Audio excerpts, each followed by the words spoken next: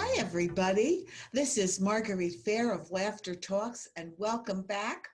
And very exciting show today. We have actor, writer, producer Paul Carafotes back as our guest.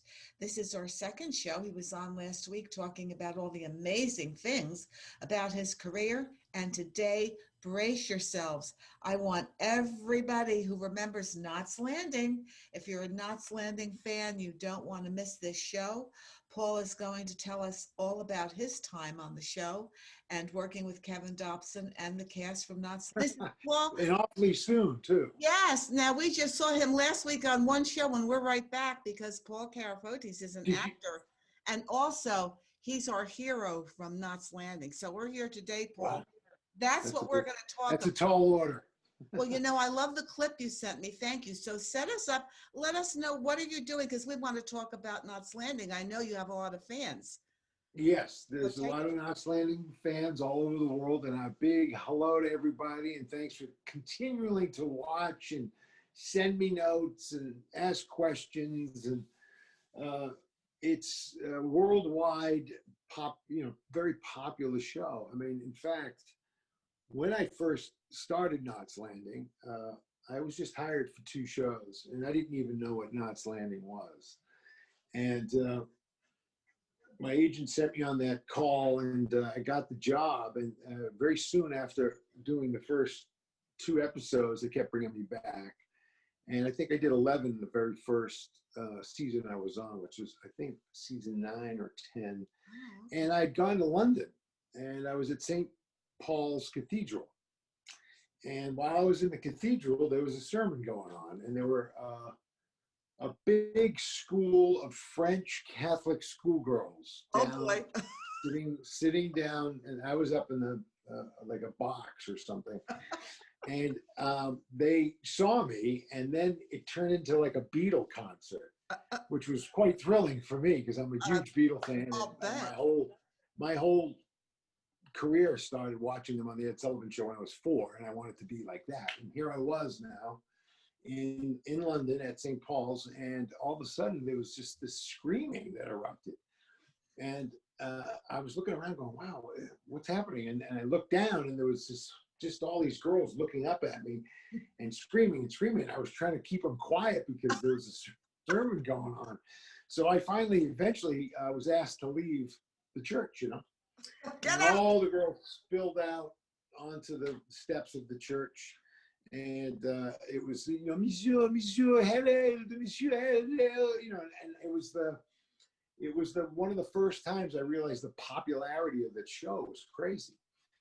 And then the actual first time I knew I was doing something right on that show was I was in a restaurant on Sunset Boulevard, and I was walking to the loo, and a hand reached out and gently got a hold of my wrist, and it was what was her name on the show? Lisa Hartman. I think it was it Lisa Hartman? Lisa Hartman. No, Lisa. Yeah. Lisa. Was it? She beautiful blonde, and I guess she was on the previous several years before I got on the show, and she told me what a great job I was doing, and it made me feel terrific, and I knew I was doing something right. And Kevin Dobson, who just recently passed, which you know Kevin as well, because Kevin directed your play, and I was he asked me to do that play, and it was great to reconnect with him. And oddly enough, this morning I was going through 10 million pictures that are on my computer, and I found all these. I had a radio show at one time called Carafotes 12, where I interviewed celebrities, and most of them were my friends. And I interviewed Kevin, and I found all these pictures. I think I sent you a few shots. Yes, thank you. I appreciate that. And Kevin also came. Kevin was a generous man, but for me at the time doing the show, he took a shine to me, and he liked me. I made him laugh quite a bit on the show, off camera. And that scene I sent you was the scene, and I think it was in season 11. And it was the first show back after I had done like 11 or 12 episodes. And it was written to have eggs in the scene. And I said to Kevin, I have this idea. If I'm chewing an apple and it's a very aggressive chew, and I'm upset because I'm in love with his niece, and they've kidnapped his kids, and I'm going to go against my Uncle Manny at this, who played by John Aprea, a very excellent actor as well, and a good old pal. We met on that show, and I said to Kevin, and I used to bring ideas to Kevin all the time. I'd say, Kevin, on this scene, if I put my feet up and I do this and I swear, he went for everything I suggested. Oh, that's funny. I couldn't suggest. I mean, I could suggest things, but from the get-go on that show, right away, I just had a confidence about what I was doing with the part, and I always came up with things that were not in the script to do different stuff. And the directors would always ask, "Do you have a contract?" Because if I had a contract, they'd have to listen to me, I guess.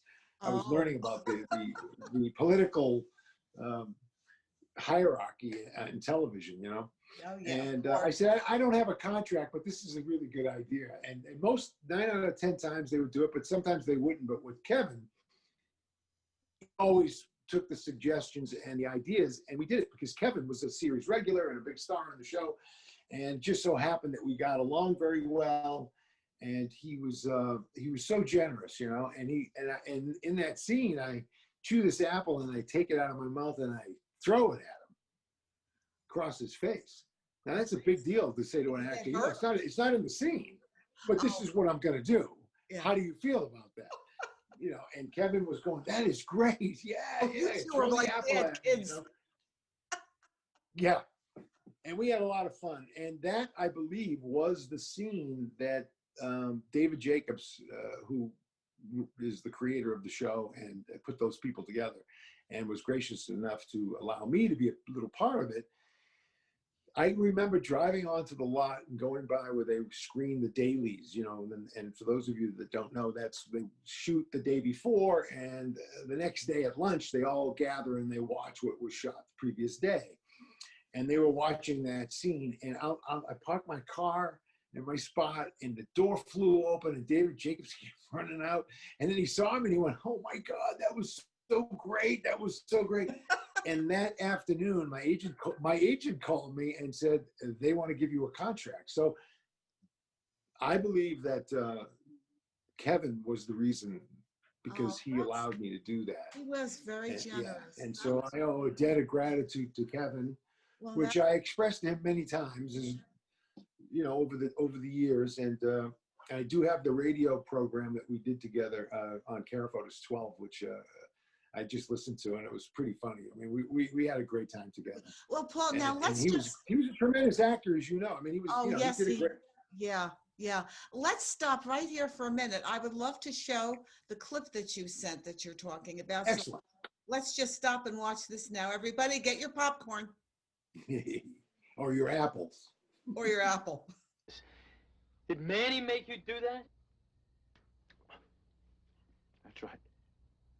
Did Manny tell you to change your socks, Harold? God, huh? This is going to be a very, very unpleasant night if you just don't keep your mouth shut. I can't imagine Manny just telling you to do everything you do. You don't know my Uncle Manny. Oh, better than you do. See, Uncle Manny just has you around here just because he wants a psychopath on call. Get out! See what I mean, Harold? Uncle Manny didn't ask you to do that. You did that all by yourself. You're sick.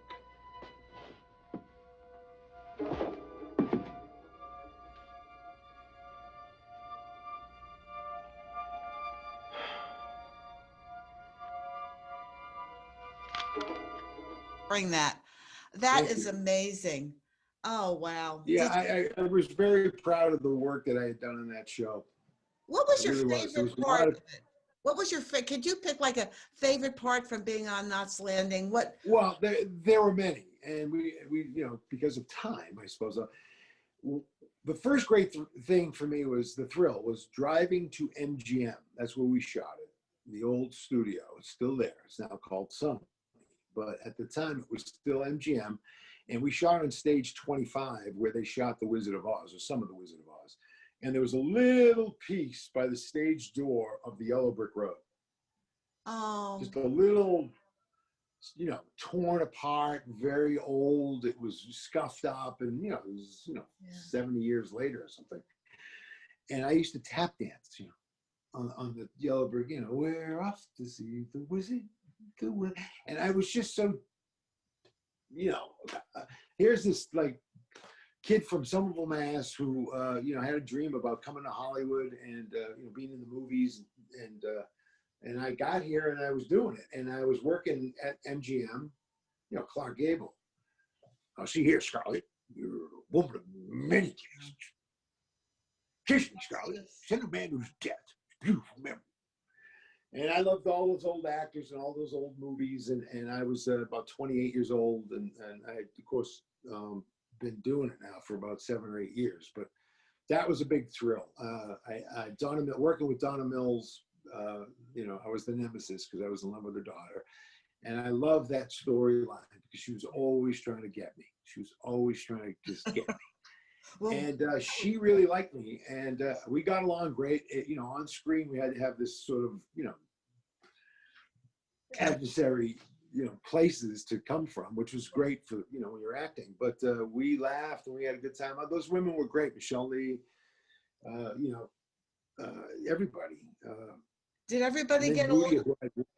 Did all the well, by the time I got to the show, probably they had, who knows what happened the first 9 seasons. But when I got there, they had done all the drugs. They had drunk everything that there was to drink. They, by the time I arrived, the show was so successful. They had gone through everything. So they were, but a very tight-knit group, they were very family oriented.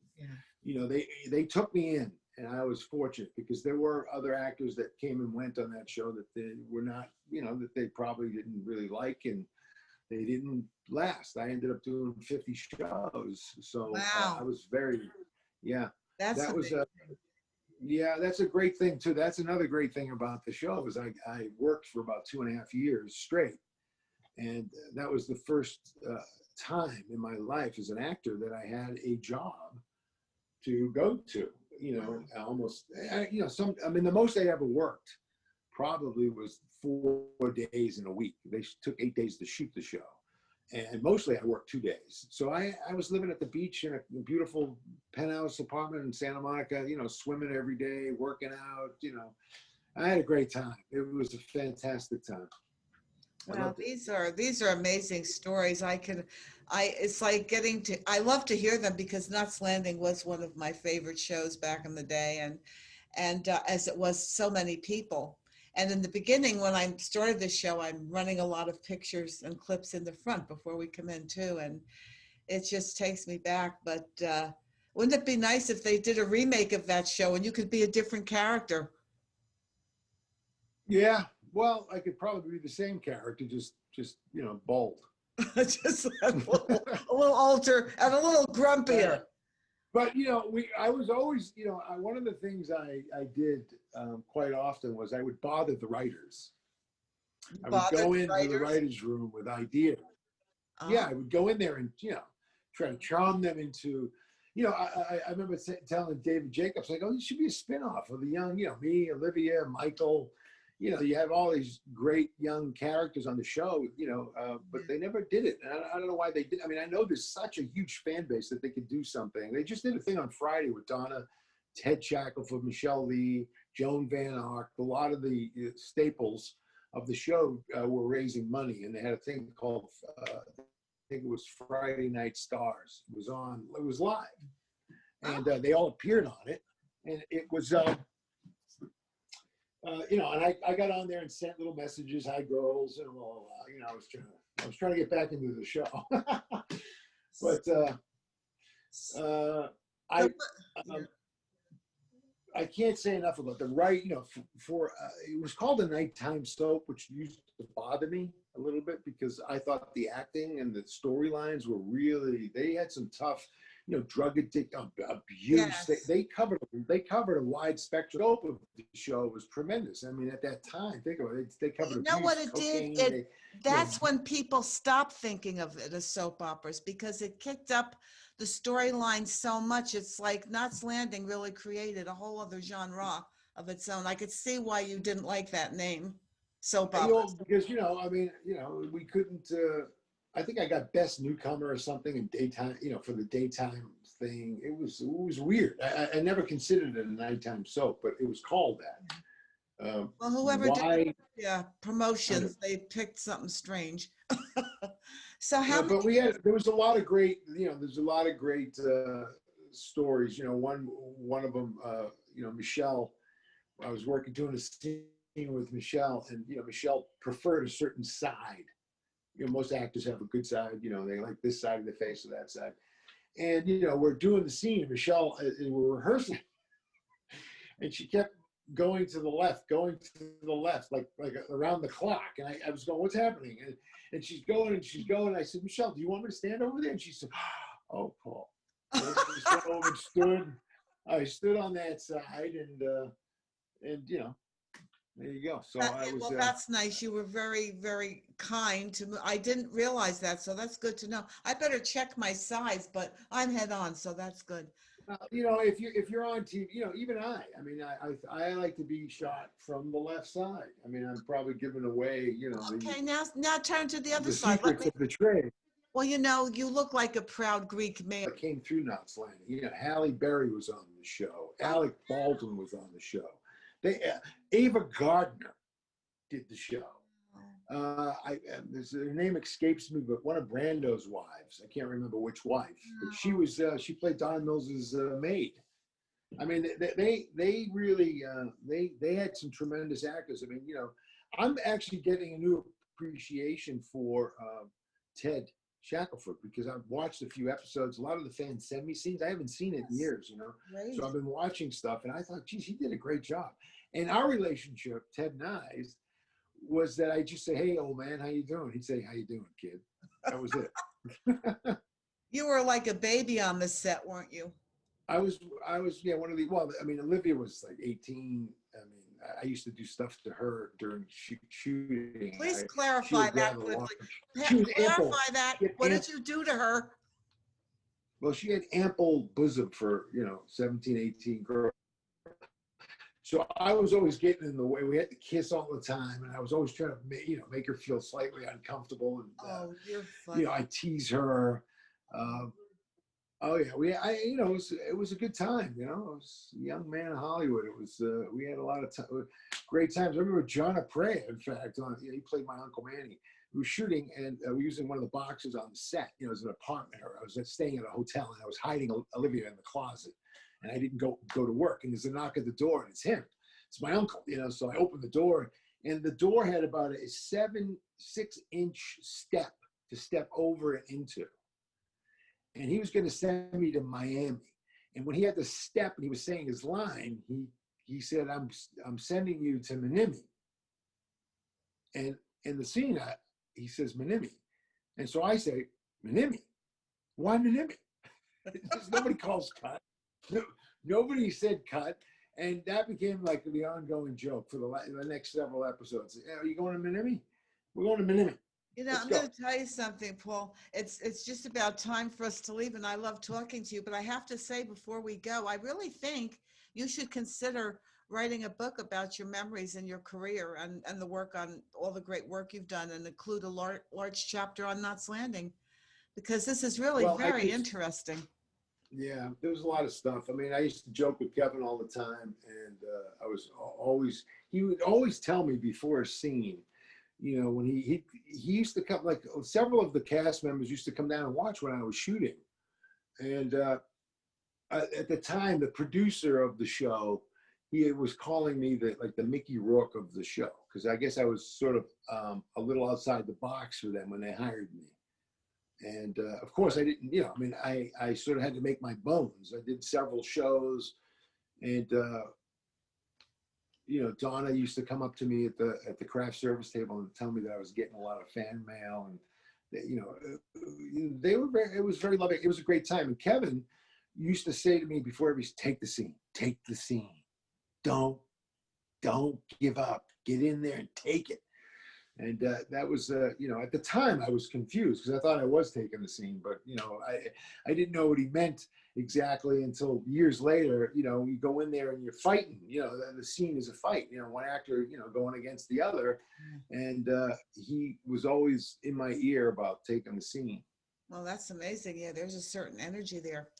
Well, Paul, my darling, this has been, I thank you again so much for being so giving with your time. And I'm going to let you get to your dental work. Yeah, thank you so much. Do ask everyone, please share that with your friends, and I'll let you know about that. No worries. Thank you. Okay, Paul, thank you. Stay healthy. Everybody protect your immune system. And Paul, we love you. We'll see you next time.